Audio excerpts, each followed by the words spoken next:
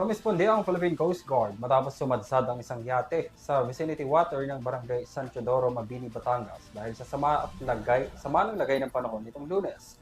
Inanod patungong shoreline ang yate na may pangalang Anastasia. Naputol ang mooring line nito dahil sa malakas na alon.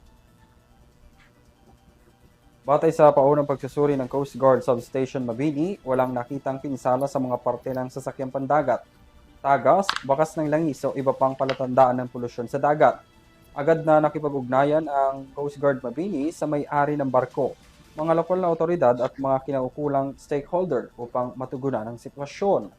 Nagbigay din ng kinakailangan tulong ang Philippine Coast Guard, Philippine National Police at Maritime Group bilang suporta sa planong operasyon ng refloating. Samantala, kaagad ring nagsagawa ng evacuation, pumping, clearing at rescue operation sa mga komunidad na apektado ng habagat sa Lian, Lemery at San Luis sa Batangas, gayon din sa Puerto Galera at Calapan City sa Oriental Mindoro. Sa Lian, 104 na individual mula sa flood-prone areas ang ligtas na nailikas habang inalis ang tubig baha, debris at iba pang nakaharang sa mga kalsada at waterways sa iba pang lugar upang mabawasan ang banta ng pagbaha at mapanatiling ligtas ang mga residente.